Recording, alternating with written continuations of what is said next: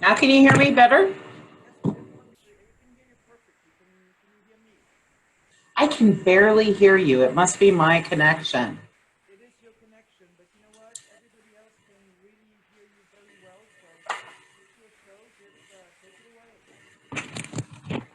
All right. So first of all, good evening, everybody, and thank you for joining us. I first want to really thank Pascal and you, Bennett.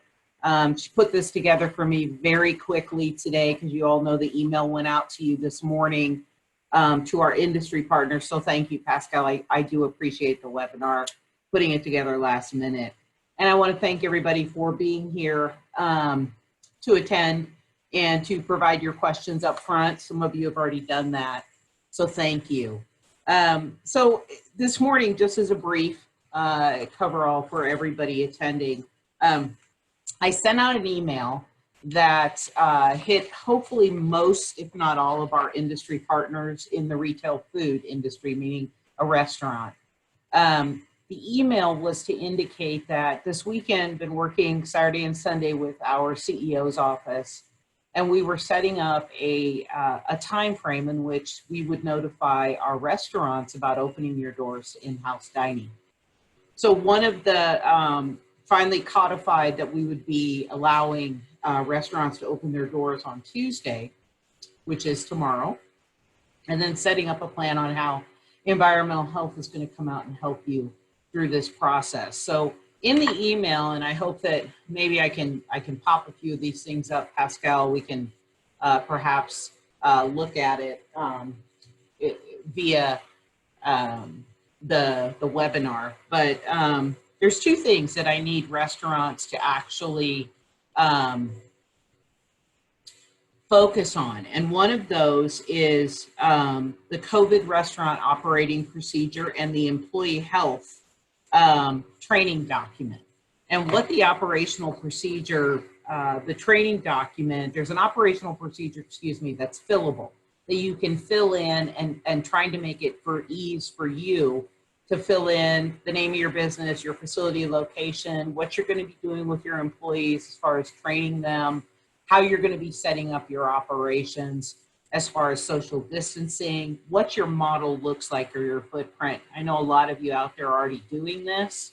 You've had to deal and work with curbside. You've had delivery services. You've had to go. So you're starting to already implement these these special processes by which you're protecting your employees with PPE, either a cloth mask and gloves, and then you're following very strict sanitation processes to protect your customers. And we're following in the same vein, but now with opening your doors, we're gonna have to beef that up a little bit. So what we're gonna be looking for is that per the attestation and the state's directive, we are looking, and our own local health department, we're looking for each facility to have what's deemed a risk assessment, but I don't want to call it that. We'll call it an operational plan for COVID. So essentially, you all already have an operational plan. And what that is that you have a plan on how you open your doors, what your hiring process is, how you receive food, how you store food, what your cleaning process is. This is going to adjunct into that. And what this is going to be is that you are going to now go into a different mode of operation where opening your doors, you've got to figure out in your own footprint, how will you create an environment where customers can come in and sit in your dining area and still abide by social distancing. Now, it means that if you have a family of 5 come in, that family of 5 can sit together at a table, or if you have to conjoin tables, but then another customer coming in, you have to create that 6-foot separation between them. Had a great question from an operator that asked, well, I have booths that are stationary. Can I install some type of plexiglass up between the booths to separate out and create that barrier? There's 2 situations with that draw concern. One, installing a plexiglass barrier like that, if you're going to go from the booth to the ceiling or however high you go, is stability, and will that actually be a safe structure? Last thing you want is something tumbling down on one of your customers causing an injury. Number two is if you think about a booth and they're back to back, you're actually approaching the booth to sit down. When the customer comes in, if you're already seated, someone could be standing really close to you and you're not having that 6-foot separation between people getting up out of the booth and then returning to the booth. It's really best if you block off a booth and you seat every other position. That would be my recommendation, just so you're protecting yourself. The other questions that we've gotten is all employees have to wear masks. The most important thing is your employees that are front facing with your customers, those are the ones that you want to create that additional barrier. Those back in the kitchen, we hope have already gone through your employee triage, employee training. They're not showing up with any symptoms and have not been exposed to anyone or touching base with you as the owner operator or manager in charge, ensuring that they're not coming to work with symptoms. And on that employee form, we talk about the common symptoms that the CDC has recognized. They keep growing that list a little bit, recognizing different symptoms that are associated with COVID. So those are the questions you want to ask your staff, and then have that one-on-one before they come back in full operation, and keep that signed document with you on site so you've done that training. And then the other aspect is that at the front counter, these are folks that if you have somebody that is your, individual that seats your staff or does any of that frontline work, you want them to have on a cloth covering or a mask, and not necessarily have to have gloves on, but they are going to be wiping down surfaces, so that may be their preference to wear gloves, because that can get harsh on your hands quickly. And your wait staff, those that come to serve your customer, also need to have on a facial covering or a mask as well. And then they're also going to be dealing with the customer. So trying to create, while they're taking orders and such, a safe distancing, but with the mask, that's an additional barrier that can't be maintained. Some of the other things we're going to be asking of you, in which I've tried to provide some documentation for you, is that we want to see you have a plan of routine disinfection. So this means that what you want to have on hand is a process by which you have every hour you're going around and doing door handles, especially inner outer doors, wiping those down. You're hitting customer countertops that may be a common touch place, but might not be as frequent. You're hitting those, and as an example, every hour. Now, customer tables, customer chairs, point of sale countertops, ATM, where you can slide in your ATM card or credit card to pay if that's how they want to make payment to you for their meal. You want to wipe all of those surfaces down every time and in between the use of a customer seating. Menus are a big deal. If you decide to go to a disposable menu or shorten your menu to a paper menu, don't take them back. The paper menu would then be a disposable menu. If you already have a menu that's wrapped or is sealed so that it doesn't absorb any liquid, those have to be wiped down between every use with every customer. So you need to have a disinfection protocol that you have folks specifically assigned. If you have a front of the house person that's seating people, perhaps they take care of the menus, they take care of the doors and those common touch areas in the front of the house.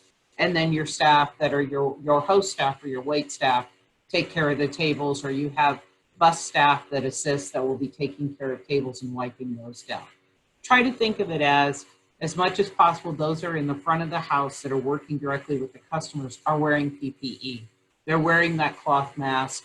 They're showing the customer, and this is great PR for you as well, that in these posters that I've got examples coming out that those of you that didn't get it, please email me and I'll send it to you.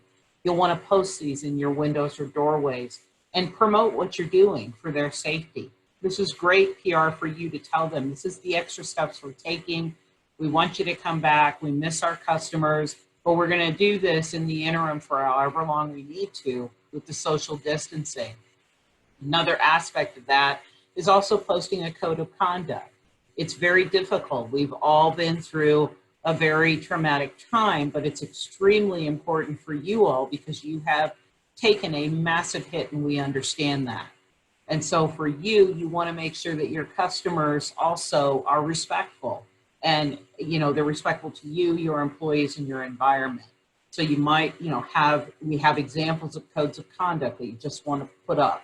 Keep that 6-foot distancing. This is why we do it. We're going to set up our tables to maintain that for you for your safety. Couple of other things we'll look at. We also want to make sure that if you do have an instance where you might have employees come in sick, unbeknownst to you, or they call in 3 days later and say, now I'm symptomatic. You have that employee health protocol in play where you have notifications, you call in public health, you've already got a triage situation where you tell them to say, okay, stay home and isolate. You're going to remain out of service, and then you can then reach out to local public health department and say, this is the scenario. I've got an individual that came into contact with these individuals, and then that type of tracing can take place. But have those measures in place so that you can just pick up the phone, or your second person in command or third person in command is not lost with that. They know exactly what to do when they get that phone call. Always staying in touch with your staff. So what we're going to do at this stage, so tomorrow you're saying, okay, I've already got my plan in play. I know what I'm going to do. I'm going to hang those posters. I know how I'm going to arrange my environment.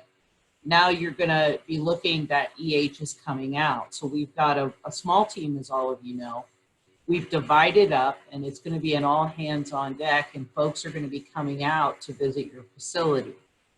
The environmental health staff coming out to visit you are not conducting a full facility inspection. This is not a routine inspection where we're in the back of the house with you. We're going to be coming in and we're going to be looking for those mitigative measures. Are you practicing that disinfection procedure that you've written? Have you actually taken that employee training manual and sat down with your employees that have returned and had them read through it with you and signed off on it? They're fillable forms again, so they should be easy to use in an Adobe format where you can just enter everything in and type it in along with your operational plan so that you can type everything in on how frequently you'll be disinfecting and what your procedures will be. We're also going to look at your social distancing setup, how your seating looks, what you're doing, and if we see something that perhaps isn't working, we're going to make some suggestions to you to see how we can improve it. We'll look for your signage, and we will look for how you're going to handle waiting areas if customers are doing to go, or how you're triaging that. We don't want to see long lines coming out of your facility. Maybe encourage pre-orders. Still, most of you that are doing curbside, you could still encourage that, where you'd have seating for folks waiting inside for their meal, but again, putting in social distancing measures. And we're also going to look for that disinfection. If you have a chart, how are you disinfecting the surfaces? Who's in charge of that and how often? So based upon that and all of that blast of information, this is your opportunity for question and answer. And I did get some pre-questions, and I wanted to kind of talk about those really quickly. One of the questions was excellent, and it talked about, hey, it's going to get hot. We often grill outside for our processes, and we have a grilling operation that's a grab and go. And with the summer months upon us, it's going to be very hot, and I have people in masks, again, with a cloth covering or a mask, and I'm worried about heat exhaustion. Absolutely, we don't want to put anybody's health or their welfare in danger with this. This is a mitigating measure to try to prevent the spread. What I would recommend in that operation, if feasible, is that you have folks that are doing the frontline cooking or the backline cooking. Then you have another individual where, as possible, can wear a face covering when front facing with the guest or the customer picking up the food. If it becomes daunting, then you have to figure out a way how they can distribute the grab and go food where they create that distancing. In reading the question, first thing came to mind is that you have a prepaid system where they pay for it, and then you have a pickup that's on a table where you place the bag that's already wrapped, good to go, of the product they've already paid for. There's no interaction with the customer. You're creating that distancing so that you're not face to face with them if you cannot wear a mask. Another good question was sanitizing. We're out of wipes. We can't find sanitizing dispensers anywhere. no dispensing pump stations, nothing. So the CDC and the EPA, there's an EPA list that's good for human coronavirus, but there's a couple of things that you probably already have in your food facility. Many of you probably use sodium hypochlorite or Clorox. It's bleach, or quaternary ammonium as your disinfectant for your operation, for your dishes, okay, and for cleaning. Those are both excellent, but here's something I want you to realize. Clorox bleach, the CDC recommends that if you're going to make a solution, normally for food surfaces, it's 50 parts per million. This is a very dilute and does not have any odor, but kills foodborne pathogens of concern for humans. For coronavirus, if you're going to use bleach, you want to use a third a cup of bleach to a gallon of water. That will leave a bleach odor smell behind in your facility. The nice thing about it is it has a 1 minute or less contact time, which means that as you apply it and you're getting ready, and you certainly can leave it, but you want to have at least a minute contact time, and then you can wipe down the surface. Now, if you want to use quaternary ammonium, or quat as it's called, that has a 10-minute contact time to be effective. And that's at the normal part per million rate. They don't recommend you elevate that. Whereas like with bleach, instead of doing, a couple of tablespoons to a gallon, you're looking at a third a cup of bleach to a gallon of water.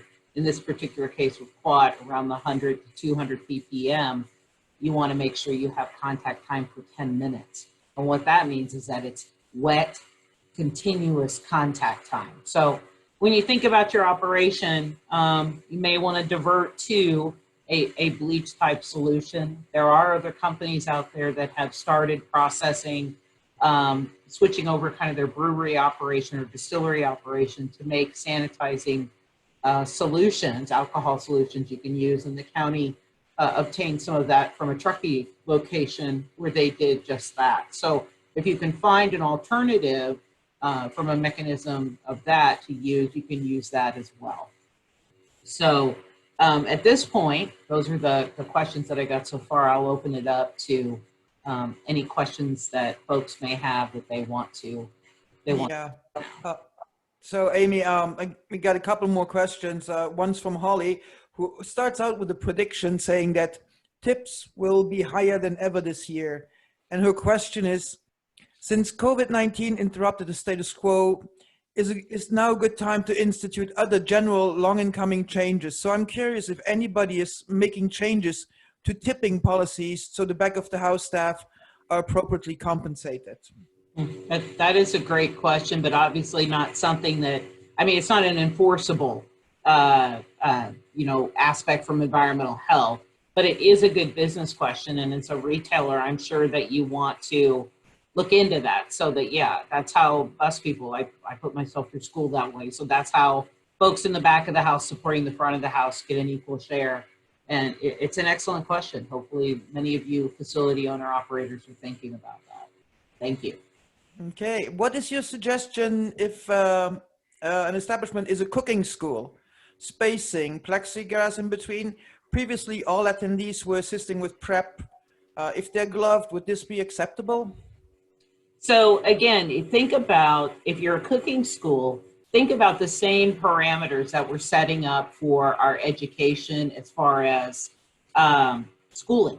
Just general schooling for our adolescents, our children, K through 12. So when you think about that, is there a way in which you could still video teach the school where you would have a learning opportunity and the individual could cook along with you or have the same experience from their own home?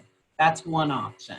If you're a cooking school and you absolutely have to have the students on site, then you would want to limit their connection with you. And that would be very difficult. I think at this point in the venture, if you could do it via video and then they could practice along with you at home, I realize some people may not have all the cooking implements. That would be something where you could propose a plan. We could certainly work through it with you and see if there's ways we could enhance it to make sure everybody's safe. Okay, thank you, Amy. Next question is, what is the scenario for the actual bar at the restaurant as far as seating is concerned?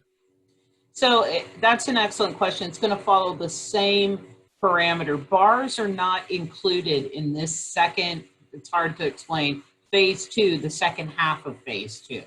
So bars are not considered, standalone bars are not considered in this particular opening because of how bars are designed. Bars are designed to have that communal setup at a bar top or tables or seating. So when you have a bar in a restaurant, the same scenario is going to apply. If people can eat food and part of a function of the restaurant, it's conjoined or contiguous with the restaurant footprint, you still have to implement that separation. So in all purposes or reality through this, if it all you can inhibit that bar top dining and interaction, I would. If you're going to separate out and have seating, then you absolutely have to have 6 foot separation in between. And you have to protect your bar back because you've got a bartender in that, those areas are very close. So how will you create that 6 foot distancing with them? That's a very big challenge. Will you have them wear masks the entire time? That would be yes. You would want to make sure you're protecting your employee during your hours of operation. So here's another question from Sarah who says, I have a very small space and we're choosing not to open for in-house guests and continue to do locked door curbside pickup Yep. with phone only. Our pickup times are spaced 10 minutes apart. Question is, do I need plexiglass between my sushi chefs and kitchen staff hotline and the dish pit? So Sarah, your question, great question. Are you talking about, you're not going to open to in-house dining, but you're talking about separation in the back of the house where you've already been cooking, I'm assuming. So when we talk about, Yes. we're talking about separation in the back of the house, that's where it's very important for you because these folks are working in close proximity to each other. So that's where you, as a restaurant owner, is doing that employee health check and training. You're checking in with them for being symptomatic, or if they're showing symptoms, or if they've reported to you that they have come into contact or have been told by their doctor to quarantine because of exposure. So that's where you take that into consideration in how you lay out your process. Now, you do have a very small space. This entire time through this operation where you've been offering this curbside or to-go pickup service, you've had the same individuals that have been working in the back of your house, I would assume. I would think that would be the same. They're the same people. So in that particular case, all of them not having any consistent exposure, I would recommend you stick with the process that you've been utilizing, but you do a daily employee check-in. They're checking in with you every day. Has anything changed? Have they had an exposure? Are they experiencing a fever? And there's a list of things and symptoms on that list that you'll want to go over with them. It's going to become mundane, but you do want to do it every day because now this will help you to triage if there's been any issue. I hope that helps you. So very simple question. Are we able to refill customers' coffee cups? So that is a good question. So here's the complication. I mean, you're trying to mitigate as much space between the customer. So how can you safely, when you think about a wait staff coming with coffee, people will either hold up their coffee mug or you're pouring over. The main thing is that you don't want to make any backsplash, any direct contact. So if at all possible, I don't know that I would recommend a refill. Perhaps bring them a fresh cup of coffee and take away the old and run it through the dishwasher. I'm just trying to, with environmental health, it's difficult because we always have to promote worst case scenario. And often we get that look from industry, like, really? You really expect that's going to happen? And that's how we have to look at it. So if we put that idea into your mind, into your process, instead of, I mean, how difficult is it if they would like a refill? I'll just get you a fresh cup, I'll, take the old one away. Then wait staff has to wash their hands after touching the cup, of course. And so this whole process is going to be very involved. Wait staff's going to have to think about things very differently Because when you're touching their plates and things like that, if you're not wearing gloves, you're going to want to wash your hands in between. It becomes a very arduous and very routine. So you're going to have to train yourself to do that, because the last thing you want to do, we're humans, human nature. When I say don't touch your nose, what usually happens? Instantly your nose itches and you want to touch your nose. So it's, it's these routine things that we're used to doing. And if you're touching customer plates and that, and then you're touching your face or your shirt, you could inadvertently contaminate yourself as well, even though you're wearing a mask. So, I would recommend you replace it and get them a fresh cup, and then that cup goes back to the dish machine for sanitization. Okay, let me try another one that should be really easy. Can we continue doing takeout only? Absolutely. Absolutely, you can. This is for folks that want to open their doors. If you're comfortable with that and it's working for you, continue takeout, curbside delivery. Yep. The next one is, what about the line to the restroom? The line to the restroom, that's a good one. So again, you're going to have to space it and perhaps have education in the front. That's that signage. That's that customer etiquette. That is that whole process that you would have to block off or make demarcations on your flooring as best as you want, because I don't want to disrupt your ambiance or the look that you have created for your facility, but you'd want to make spacing and signage and education to the consumer, perhaps when they sit down. Look, if you notice that we only have one restroom, if you notice that it's occupied, we apologize, but if you could return to your seat and then, access it at a later point. Otherwise, you're going to have to set up stations and then they'd wait in line, but you're going to have a 6-foot separation in between. And a lot of facilities that could get pretty arduous. So just make that comment up front, lay the plan out and say, look, if it's occupied or both stalls are occupied, please return to your seat. And then when something opens, we'll let you know. I suppose you could have an attendee if you have that many employees. You notice somebody who has frequented trying to use the restroom, that you can let them know, okay, now it's open.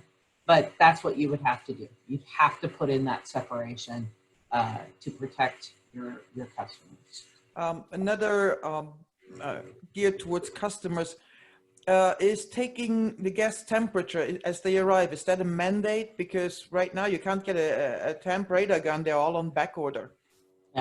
No, it's not a mandate.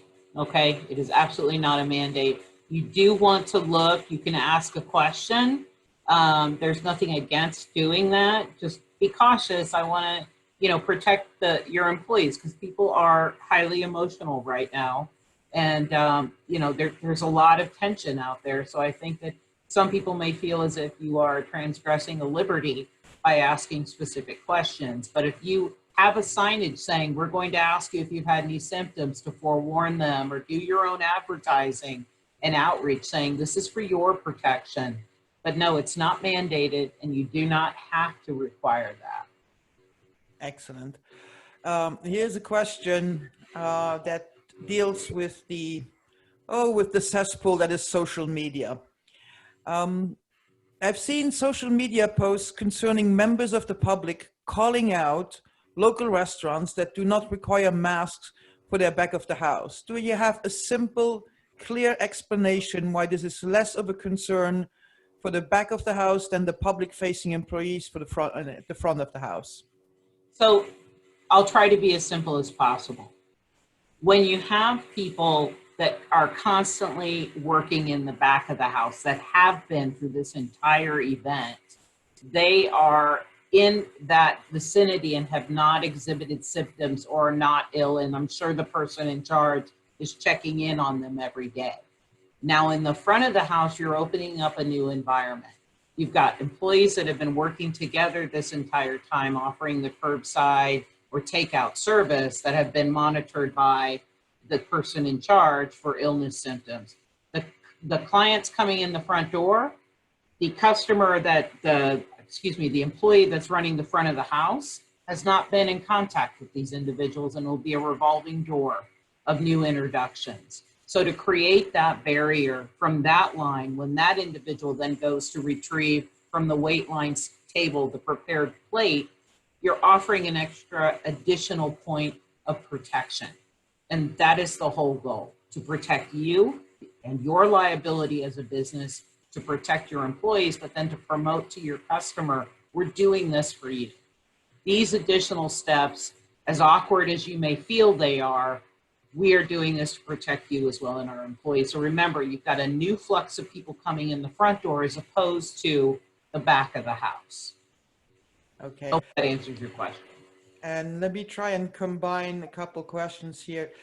What about, for example, if talking about social distancing? So is that face to face, shoulder to shoulder, back to back, back to face? And if guests refuse to social distance, is a restaurant required to ask them to leave? That's that whole code of conduct. And remember, when you're in, this is your facility, okay? So remember that when you look back at the timeline of COVID and you look back at restaurants that they have triaged back, they were able to identify where people sat in a restaurant, where the HVAC system was, and identify the people sitting at that table. So I want you to take this picture in and look at it globally for you. First and foremost, we want to protect you and your business. You've suffered enough right now through COVID and the pending PSPS. So right now, let's look at it from your perspective and be a little selfish about it. If these individuals are not willing to come in and respect the boundaries that you have put into place, at this time, that might not be a risk you're willing to take.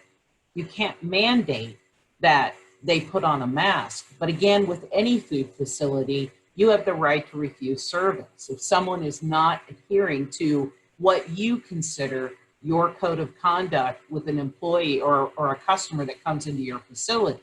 So, just like you have codes of conduct for abusive behavior or lewd behavior in your facility and you ask that individual to leave, that's definitely something that you're going to have to think about. And again, I caution you to say, when you think about it, look at it from your liability. The last thing you want to do is be associated with a situation that then leads to something down the road. So absolutely use your discretion. It's not mandated, but it is highly recommended that you maintain that social distancing in your facility. What about servers? Are masks, are they a suggestion for servers to wear a mask, or are they mandatory? So there's no mandatory requirement, okay, for anyone. The CDC and the state, the public health officer, it's been a recommendation. But when they say wearing the mask will protect you, if cloth mask or facial covering will protect the individual now, and they're finding further research, it's strongly recommended that you implement that for your employees. And again, looking at this from a global perspective for you, it provides you an additional step of protection just in case. It tells your employees you care and you're wanting them to be safe throughout this. And it also tells your customers you're trying to do the best that you can to provide them an incredible experience to come and dine at your facility and feel as if you're taking extra measures to protect their health. So no, it is not mandatory, but it's definitely mandatory for you as the owner operator that you do that employee check-in every day. So if they're not going to be wearing any coverings, you're at least figuring out how you're taking orders at a safe distance. Because again, that social distancing still comes into play even with your wait staff. So there has to be some mitigating measure that you put into play.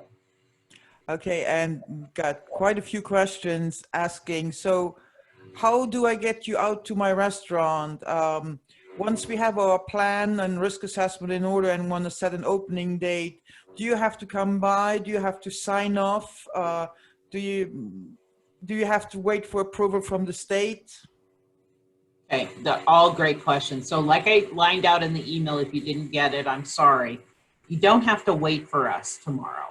But what you do have to do is have your social distancing plan in place, have your employee health training completed for all of your employees, have your disinfection process active and moving before you open those doors, and have your signage in play, okay? So you wanna have all of those things in play. You don't have to wait for environmental health. We will get to you, It's all hands on deck here. So there's an assignment. So you're going to see somebody and they're going to meet with you and go down a list of questions for you.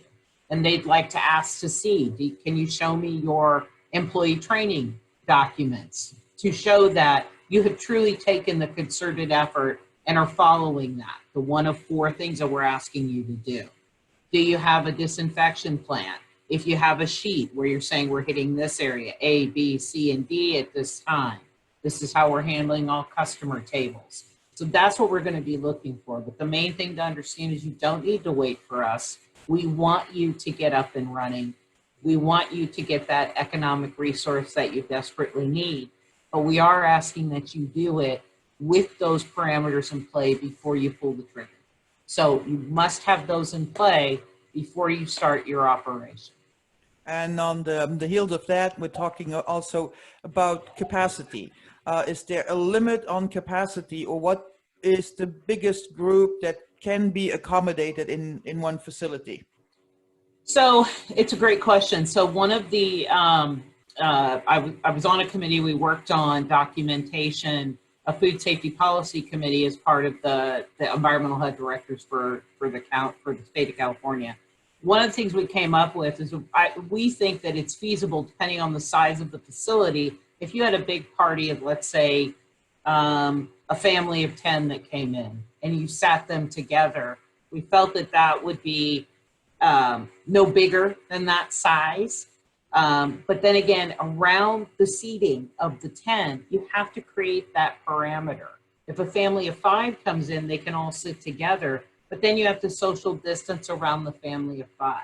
So if you're pushing tables together to seat a larger group, I wouldn't go over that 10, because we did discuss this in detail.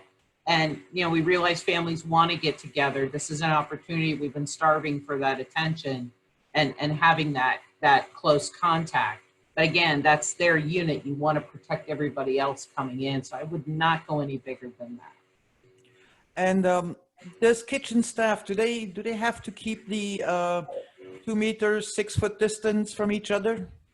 It's hard in a kitchen. It's hard in a back of the house. It is very difficult when you've got a hotline and then you've got a make table right behind. That's when those employee checks come into play every day. I couldn't say this enough. Make sure you check in. This actually should be part of your routine. It's called active managerial control, and it's one of those phases for the food code, which I can see coming to California soon. So it's definitely important you check in with them. But I understand that spacing's very difficult because often you're turning from a hotline around to a make table and then plating to go out the door. So as much as you can accommodate your staff, those are the ones that have been working with you all along during this closure, doing your to-go or curbside. The health check-in is imperative. And if an employee in the back of the house says, I want a mask, then I think you should provide that for them. Okay, you should give them the opportunity to utilize that measure. But again, it's your everyday check-in. We understand the confined spaces. So there's just some logistics. You're just gonna have to use that daily interview to help intervene any illness.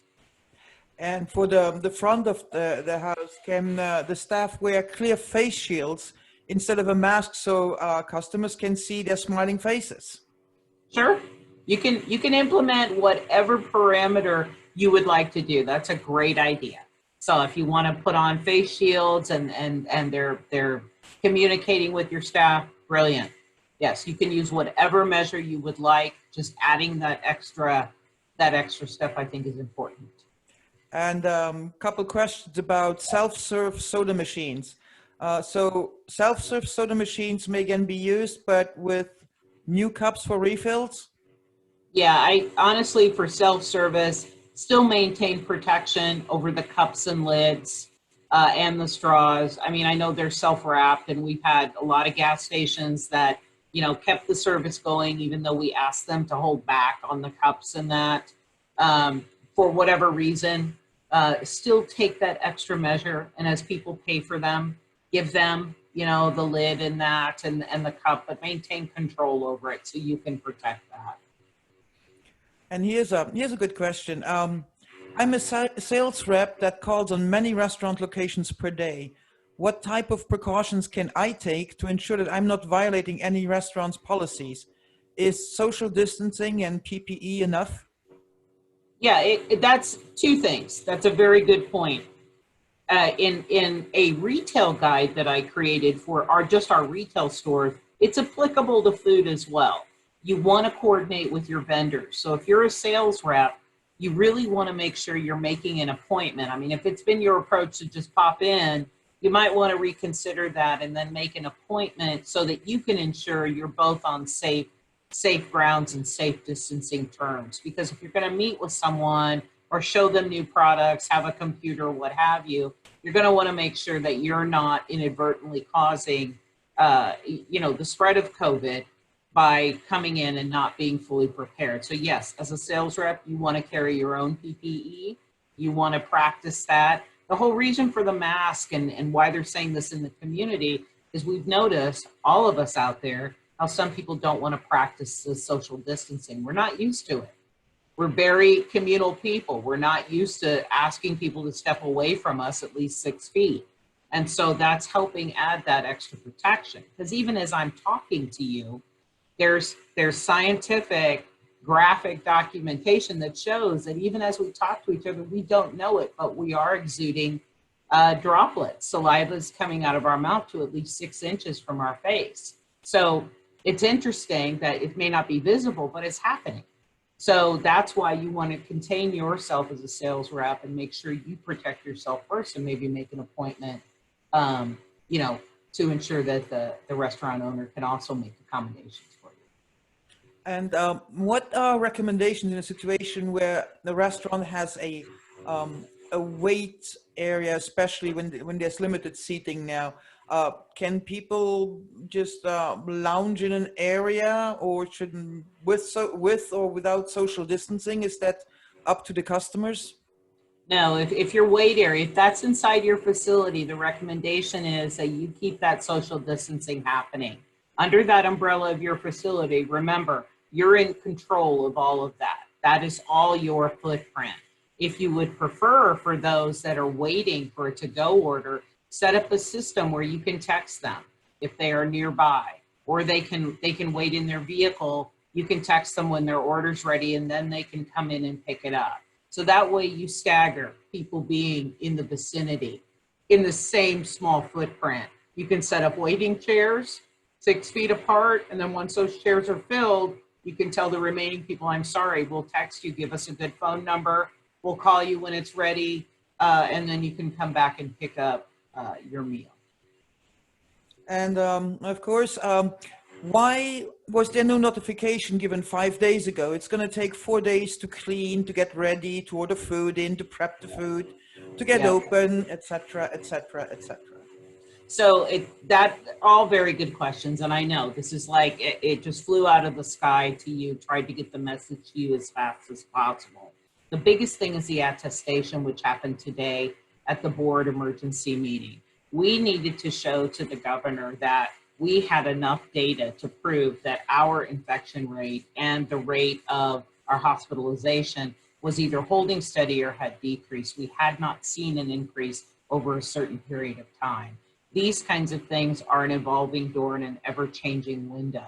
So as fast as we move through this, and as fast as you got the notification, was as soon as I knew about it, which was as early as Saturday. So Saturday evening into Sunday, something that came out and was disseminated to you all right away, as quickly as possible.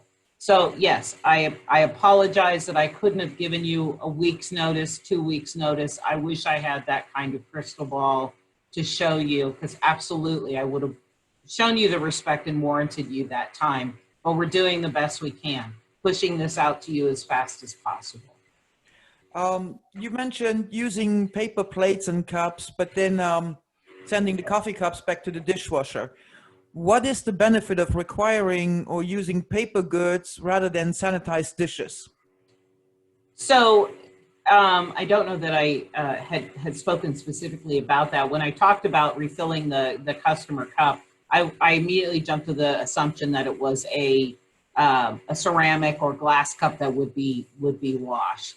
That's up to you. If you have proper sanitization and your system's working, whereas we often come back and we find that sanitizer is not adequately pumping out into a dish machine, you have to make sure your equipment or you're doing your 3-comp sink sanitization correctly. This is imperative. Okay. This is a no, oops, I'll fix it tomorrow. Oops, I didn't know it was working. You have to check this every day and make sure it's in play. This is very important for you. So if you opt to do disposable or non-reusable, like paper plates or paper cups, okay, then they're not reusable, and the individual, they would be discarded after use. If you go with your normal stock of your plates, silverware, cups, all of those, then if you're refilling a drink, I would recommend you bring a fresh ceramic or glass cup for their drink, and you put the rest through the sanitization. I hope that answered that question. Okay, and hey, when do you think catering buffet style can restart? Oh, that I could not even begin to speculate that one. That opens up a whole world of concern, because you have to have somebody right on top of the entire footprint, and a lot of people can't afford to do that. So there's too much risk where that's involved. There's too much communal handling of spoons. There's too much cross contamination, even in a normal situation, outside of COVID. So at this point, I couldn't even give you a time frame, to be honest with you. Okay. For staff that comes back who have not been working, should they be asked to be tested before returning to work? It's not mandated. Okay, there is as you know, with the public health officer and the public health department putting out the announcement, there is a testing facility. Just remember this about testing. It's going to only give you that day, this day's footprint.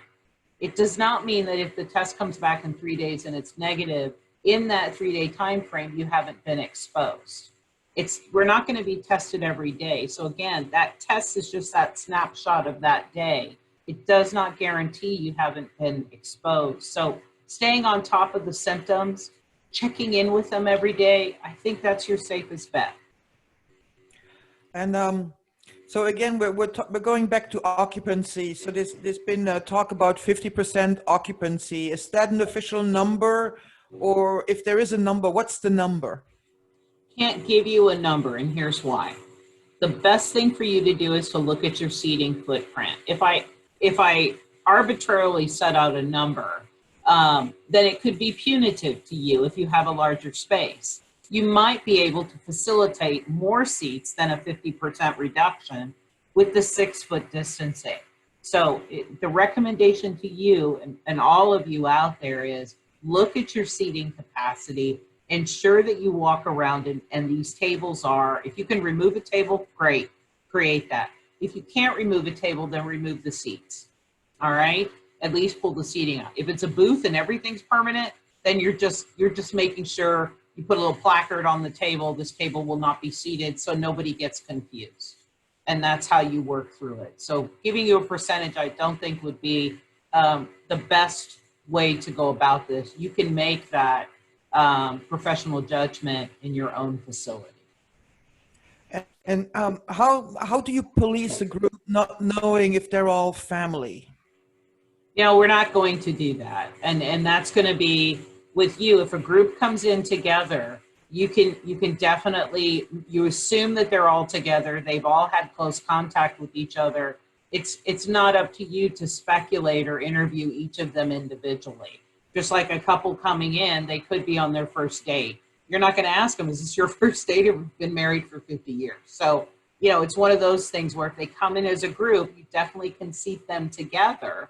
But, at the same time, looking for ensuring that they're not visibly showing signs of being ill, and to your best of your ability. We're not physicians out there. We're not knowing what to look for. But yeah, I would keep them together as a group, but then create that barrier around them for your other customers. And does the acrylic barrier at the cashiers need to be permanent, or is a portable setup, is that okay? You can do a portable setup. Just make sure when you do the portable setup, it's secure. The last thing you want to do is have a portable setup crash down or cause injury to anybody. And then now you're in a whole different arena, right? So just make sure that you have a secured scenario set up. Okay. And an anonymous attendee asked, some people run hot. What temperature is considered a fever? Well, that's great, because I too run hot, and then if I hot flash, it's even hotter. So God help us all. For those that there's a temperature set by the CDC, it's around 100.5. They start recognizing a fever. Any higher than that, of course, you're getting into, actually exhibiting a true fever, and you don't want to go, when you're getting up to 102, you really want to contact your physician. But they're setting it around 100.5. That's definitely the start to look point, the concern point. But your physician would know your baseline. So if you normally run 99.8, which is what I run, that's your baseline. So, you know that, and that's your own self-health assessment, that if you're taking your temperature at home or you feel symptomatic, if it's getting higher than that, and that's when you want to reach out to your own GP and talk with them on having this. Sorry. Okay, we have a question about patios. There's Okay. quite a few businesses that have patios. People want to know if they can use those areas to eat to-go orders. Absolutely, as long as you have the safe distancing. It's just like inside. You can absolutely have that outside as long as you maintain that safe distancing and you have staff member out there sanitizing the surfaces between each customer, okay, and the doorways and entranceways. And we had a couple requests that asked if this meeting will be available to watch later and if the video could be used as part of training and review it.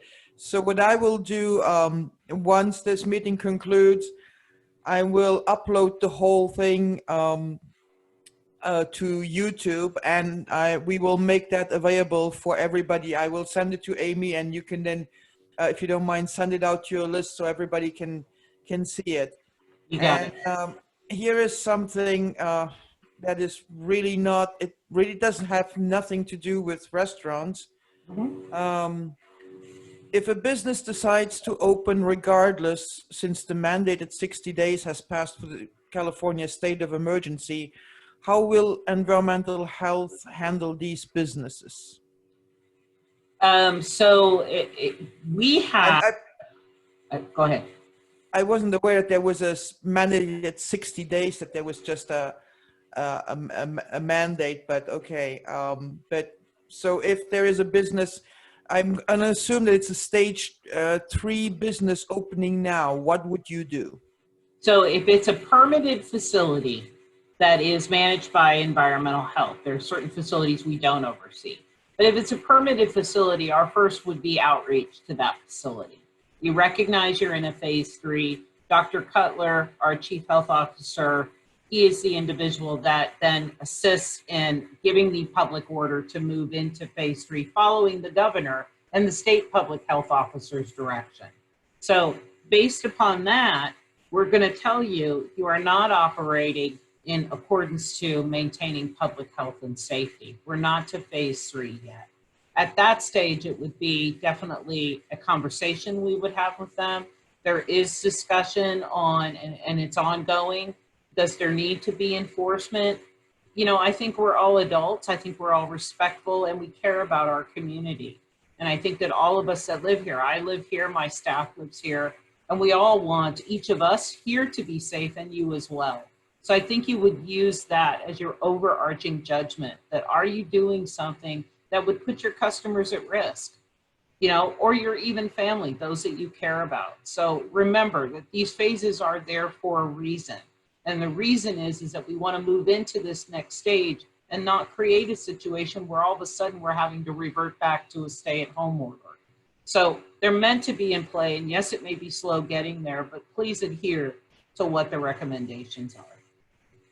And I think this is a good question. It's a hard question, but it's a good question to maybe end on. It's if a customer were to be diagnosed with COVID-19, there will be uh, contact tracing, of course. If a restaurant is named in the contact tracing, will that restaurant need to close for a period of time? And also, would then that restaurant be named publicly? No. So what here, first of all, no, we're all of the tracing that public health does, and they do a really good job.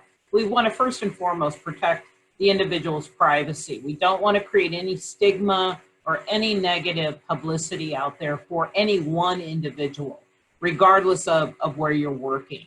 There definitely would be public health involvement. There definitely would be tracing. There would be a communication that would occur, whether I would get involved with the property, with the owner operator of that facility, along with Jill Blake or Dr. Cutler. I could definitely play a role in that. It would all depend on how the testing and the investigation went, where they assume as they reach out to individuals that this person came into contact with, how that would affect the overall operation. And we certainly would keep that close to home and private with that particular property and the possible people that came into contact with that individual. Good. So to recap, once everybody has their plan in place, their code of conduct posted, checking in with their staff, do they still have to wait for the state to give Nevada County approval, which is expected within the next 24, 48 hours? Or can they start immediately have dine-in service? You can start as of tomorrow. We can proceed as my email has stated. Okay, so we're moving forward in anticipation that we are going to get that attestation, that we have our board approval, we've checked all our boxes. So we are moving forward at this point. And direct communications with our CEO, Allison Lehman. It's been very supportive. Our public health officer, Dr. Cutler and Jill Blake. So everyone is aware of this particular path moving forward and all in support of this and in agreement. Perfect. Amy, thank you so much for a very informative hour. And I would say that I have all the questions from the Q&A. I'll email those to you. And of course, people know how to get a hold of you if they have more questions. But for now, thank you so much for a productive hour. Thanks everybody for attending, and be safe and good luck. Thank you very much, Pascal. Appreciate it. Good night, everybody.